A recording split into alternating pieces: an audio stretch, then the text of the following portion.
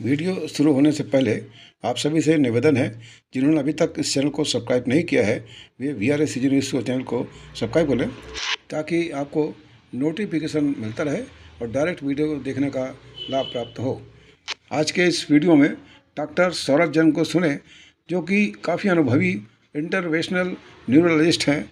उनसे संबंध में एक जानकारी आपको विस्तृत में दे रहे हैं।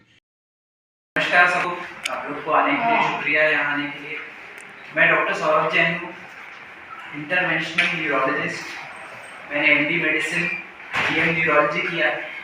DM न्यूरोलॉजी मैंने जिपमर पौंडीचेरी से किया है, जो कि एक इंस्टीट्यूट ऑफ नेशनल इम्पोर्टेंस है। इंडिया में ऐसे 6 संस्थान हैं, जिपमर पौंडीचेरी उसमें से एक। ये करने के बाद मैंने 2 साल की फेलोशिप की है इंटरवेंशनल न्यूरोलॉजी में, ब्रीच कैंडी हॉस्पिटल बॉम्बे से की है। मेरे गाइड जो रहे हैं डॉक्टर अनिल कारापुटकर, जिन्हें father of Indian neurovascular intervention कहा जाता है। डॉक्टर अनिल कारापुटकर ने 1972 से इंडिया में न्यूरो इंटरवेंशन स्टार्ट किया। आइए मैं थोड़ा न्यूरो इंटरवेंशन के बारे में बताता हूँ क्या होता है। जिस प्रकार आप लोग जानते हैं हार्ट की सर्जरी, जिसको एंजियोग्राफी एंजियोप्लास्टी बोलते हैं, जो एक छोटे से छेद से हाथ से या पैर से होती है, उसी तरह न्यूरो इंटरवेंशन भी होता है। ये प्रक्रिया हम कैथ लैब में करते हैं। ग्रॉइन में, मतलब जांघ में या रिस्ट में एक छोटी सी नीडल के द्वारा छेद करते हैं और पतली पाइप ब्रेन तक ले जाके ब्रेन के ब्लड वेसल्स, स्पाइनल कॉर्ड के ब्लड वेसल्स का ट्रीटमेंट करते हैं। इसके बहुत एडवांटेज है ये प्रोसीजर के।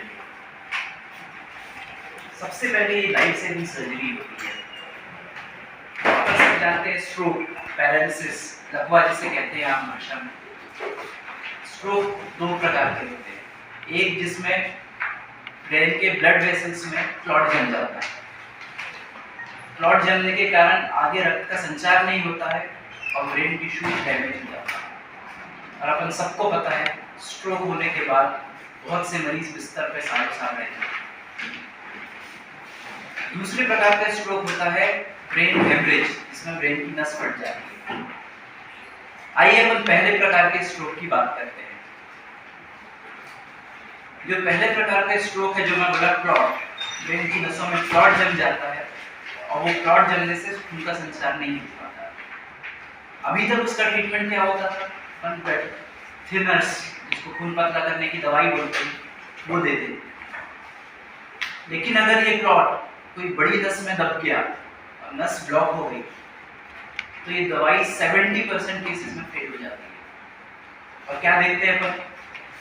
मरीज सालों साल बेड पे रह जाते हैं। अपंगता, डिसेबिलिटी, इसके कारण पूरा मरीज नहीं, पूरा परिवार हैम्पर होता है।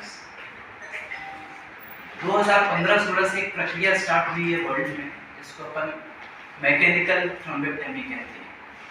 जिस क्लॉट की बात कर रहा था, जो बड़े नस में आ जाती है, वो क्लॉट को अपन तुरंत निकाल सकते हैं। मैकेनिकल थ्रोम्बेक्टमी ही एक ऐसी प्रक्रिया है जो स्ट्रोक को रिवर्स कर सकती है। पैरालाइज मरीज तुरंत रिवर्स हो सकता है, तुरंत नॉर्मल हो सकता है। नहीं तो महीने भर के अंदर बहुत अच्छा बंदोबस्त दिखता ही दिखता है। जरूरी है इसमें कि समय पे हो। अपन बोलते हैं टाइम इज ब्रेन। स्ट्रोक होने के बाद, पैरालिसिस होने के बाद हर मिनट में लगभग 2 मिलियन न्यूरॉन्स की डेथ होती है। ब्रेन सेल्स 2 मिलियन हर मिनट खत्म होते हैं। तो जितनी देरी की है अपन, उतनी डिसेबिलिटी होती है, उतनी अपंगता होती है मरीजों में।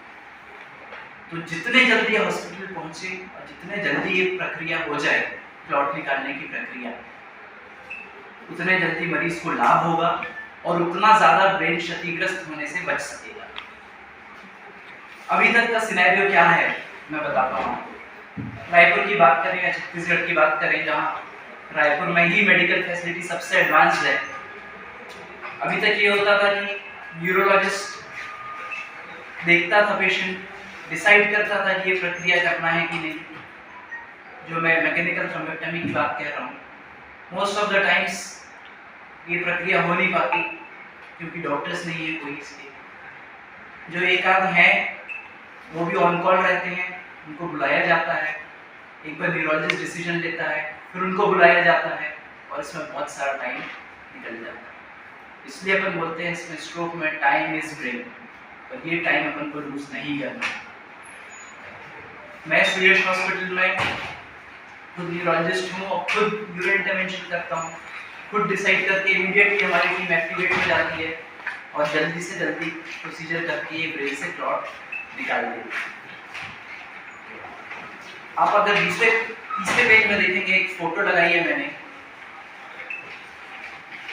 देखिए ये 80 साल की बुजुर्ग महिला, बहुत कम समय अपन सोचते हैं कि 80 साल हो गए हैं सर्जरीज नहीं हो पाती। ये देखिए 80 साल की बुजुर्ग महिला अपना राइट हाथ तो उठा रही है, लेफ्ट नहीं उठा पा रही है।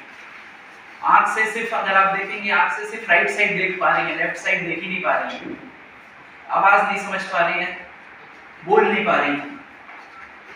अच्छा था ये कि वो 2 घंटे के अंदर वाले समय पे आई। दूसरी फोटो पे देख पा रहे होंगे आप, जो ब्लैक डॉट्स हैं वो डॉट्स जो अपन ने निकाले। प्रोसीजर होने के 6 घंटे बाद आप देखिए, आंख दोनों साइड देख पा रही है महिला, दोनों हाथों को तक उठा पा रही है और स्पष्ट बोल पा रही है।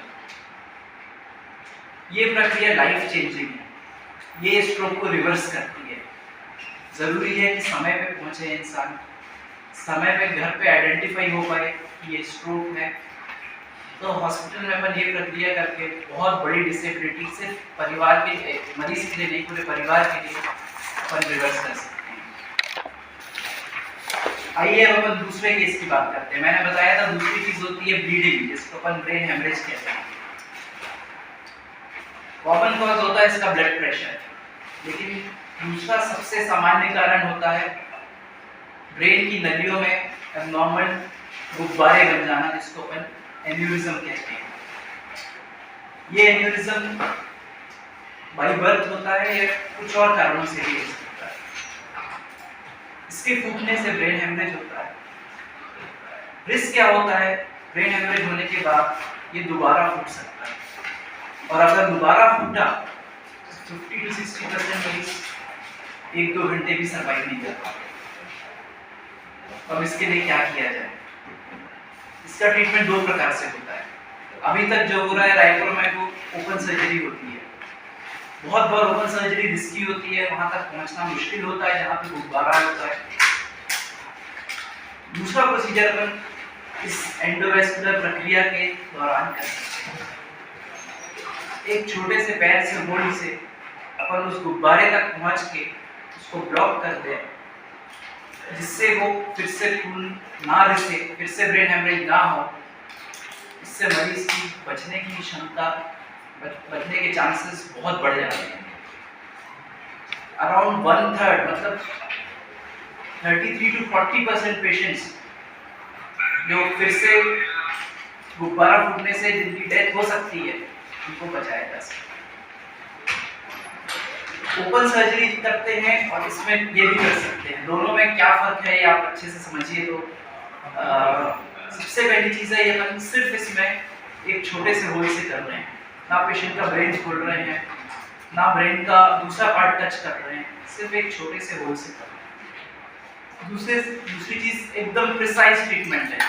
जहाँ पे गुब्बारा है अपन सीधा वहीं पहुँच रहे हैं, दूसरे स्ट्रक्चर को छू ही नहीं रहे हैं। ओपन सर्जरी में क्या होता है, अपन पहले स्कैल्प काटते हैं, फिर बोन खोलते हैं, फिर बीच के स्ट्रक्चर्स हटाते हैं और फिर वहाँ गुब्बारे तक पहुँच के उसको ठीक करते हैं। क्लोज सर्जरी या एंडोवेस्कुलर या न्यूरो इंटरवेंशन से डायरेक्टली वहाँ पहुँच के अपन गुब्बारे को बंद कर सकते हैं, तो दूसरे टिश्यू को बिल्कुल हानि नहीं होती। तीसरी चीज़, इसमें रिकवरी बहुत फास्ट होती है। कई बार ऐसा होता है कि अपन आज सर्जरी की और पेशेंट को अगले दिन भी डिस्चार्ज कर सकते हैं। हॉस्पिटल स्टे बहुत कम हो जाता है पेशेंट का, और patient most of the times आजकल यही सर्जरी प्रेफर करते हैं। Most of the centres of the world आजकल जो ओपन सर्जरी करते थे गुब्बारे के लिए, और वो ओपन सर्जरी नहीं, क्लोज सर्जरी या एंडोवेस्कुलर सर्जरी पे आ चुके हैं। सिर्फ यही नहीं, बहुत सारे अदर मालफॉर्मेशंस होते हैं ब्रेन के, जिसको एवी मैल्फॉर्मेशंस, एवी फिस्टुलास बोलते हैं। बहुत सारे ट्यूमर ऐसे होते हैं जो बहुत बड़े होते हैं, सर्जरी के द्वारा पूरे नहीं निकाले जा सकते, उसको भी अपन ट्यूमर तक पहुंच के उसके ब्लड वेसल्स को जला देते हैं, जिससे ट्यूमर बहुत छोटा हो जाता है, सर्जरी करना आसान हो जाता है, ब्लीडिंग कम होती है सर्जरी में, और कंप्लीट ट्यूमर निकलना सर्जरी में एक बार में ही पॉसिबल होता है। तो इसको ट्यूमर एम्बोलाइजेशन कहा जाता है। कई बार अपन देखते हैं स्ट्रोक के मरीज को फिर से स्ट्रोक हो रहा है, दोबारा हो रहा है, तिबारा हो रहा है। प्रॉब्लम ये होती है इन मरीजों में, जो आर्टरीज होती हैं, जो नलियां होती हैं खून की, वो ब्लॉक होने लगती हैं। वो ब्लॉक होने से खून का संचार अच्छे से नहीं होता है ब्रेन में, और फिर से स्ट्रोक होने की संभावना बहुत बढ़ जाती है। तो ऐसे में अपन इसी प्रोसीजर के द्वारा, एक छोटे से होल के द्वारा, जो वेसल्स पतली हो गई हैं, नैरो हो गई हैं, ब्लॉक आ गया है, उसकी एंजियोग्राफी और एंजियोप्लास्टी करके फिर से स्ट्रोक होने से बचा सकते हैं। लगभग 30 से 35% पेशेंट्स जिनको फिर से स्ट्रोक हो सकता है, उसकी रिस्क अपन 0 कर सकते हैं। ये प्रक्रिया भी अपन कैथलैब में करते हैं, लोकल एनेस्थीसिया में पूरे होश में रहता है पेशेंट, अगले दिन डिस्चार्ज कर देते हैं पेशेंट को, और कुछ मेडिसिन पे रखते हैं, और लाइफ टाइम पेशेंट को फिर से स्ट्रोक होने की संभावना अपन ऑलमोस्ट 0 कर देते हैं। सिर्फ यही सब पेशेंट में नहीं, कई पेशेंट्स में, स्पेशली बच्चों में अपन देखते हैं, बहुत रेयर है, इसको अपन वेन ऑफ गैलन मैल्फॉर्मेशन बोलते हैं। तो एक नली, ब्रेन की नस बहुत फैल जाती है और ब्रेन के हिस्से को दबाने लगती है, बच्चे का विकास नहीं होता, उसके कारण बच्चे का हार्ट फेल होने लगता है। उसको भी इस प्रक्रिया के द्वारा बहुत आसानी से ब्लॉक करके बच्चे का नॉर्मल विकास किया जा सकता है, हार्ट को बचाया जा सकता है और पूरी ग्रोथ को बचाया जा सकता है। ये सामान जो कॉमन चीज़ें जो अपन करते हैं न्यूरो इंटरवेंशन में, वो सब मैंने आपको बताया। इसको छोड़ के भी और कुछ प्रोसीजर्स होते हैं, एवी फिस्टुलास होते हैं, वीनस थ्रोम्बेक्टमी होती है। कई बार गर्मी में देखते हैं अपन पेशेंट्स डिहाइड्रेट होकर क्लॉट बन जाते हैं बहुत सारे ब्रेन की वेन्स में, वेन्स मतलब वो नस उनको बाहर लेके जाते हैं। उस केस में भी अपन इस क्लॉट्स को प्रक्रिया के द्वारा निकाल सकते हैं और बहुत सारे मरीज की जान बचाई जा सकती है। खासतौर पर वो मरीज जो मेडिकल ट्रीटमेंट से रिस्पॉन्ड नहीं कर रहे हैं, इस ट्रीटमेंट से अराउंड 35 to 40% पेशेंट्स को अपन सेम डे बचा सकते हैं। हम देखते हैं बहुत सारे ऐसे मरीज जो अनकॉन्शियस थे, प्रोसीजर करने के सेम डे और नेक्स्ट डे कॉन्शियस हो जाते हैं। तो ओवरऑल मैं ये कहूँगा कि लाइफ सेविंग प्रोसीजर्स होते हैं, मिनिमल इन्वेजिव होते हैं, छोटे से पिन होल इंसिजन कहते हैं उससे होते हैं, पेशेंट को पेन कम होता है, रिकवरी फास्ट होती है, हॉस्पिटल स्टे कम हो जाता है, और अल्टीमेटली हॉस्पिटल स्टे कम होने से कॉस्ट भी बहुत इफेक्टिव हो जाता है। इसी संदर्भ में मैं अभी रायपुर में अपना ओपीडी प्रैक्टिस न्यूरोलॉजी क्लिनिक के नाम से टाटीबंद में एम्स गेट नंबर 1 के पास ओपनिंग हो रही है। कल 4 बजे से शुभारंभ है उसका, आप सभी आमंत्रित हैं। क्लिनिक में अपन न्यूरो की सभी सुविधाएं, diagnostic, EEG, EMG, nerve conduction, evoke potentials और सब डायग्नोस्टिक, ऑफ कोर्स रेडियोलॉजी नहीं, सीटी स्कैन, एमआरआई नहीं, लेकिन बाकी सब सुविधाएं एक ही छत के नीचे उपलब्ध करवाने हैं।